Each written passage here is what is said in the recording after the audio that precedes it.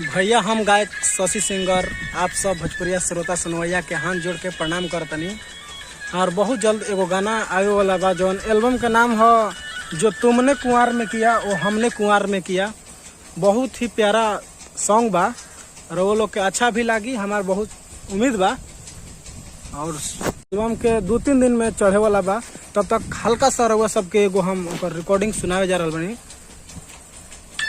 Recording करवा सब सुनी जा।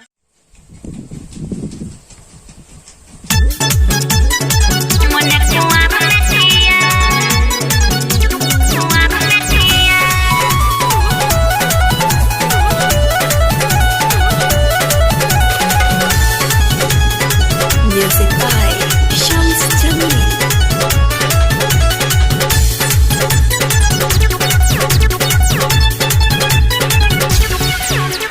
कह जाने नहीं हर में कैसे बितावलू अपन चढ़ली जवानी।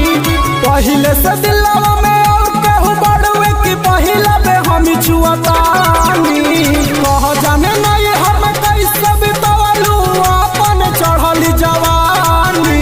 पहिले से दिलवा में और केहू बड़ुए की पहिला में हम छुअतानी।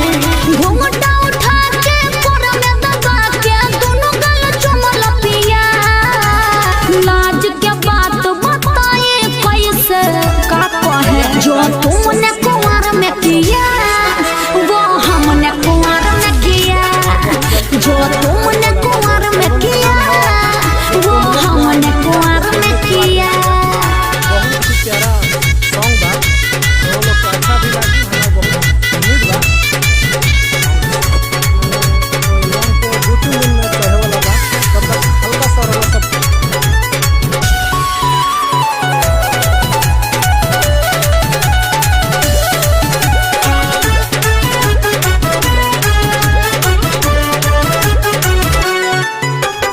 जांच के शादी भइल बताबो करेला न खड़ा राजा जी।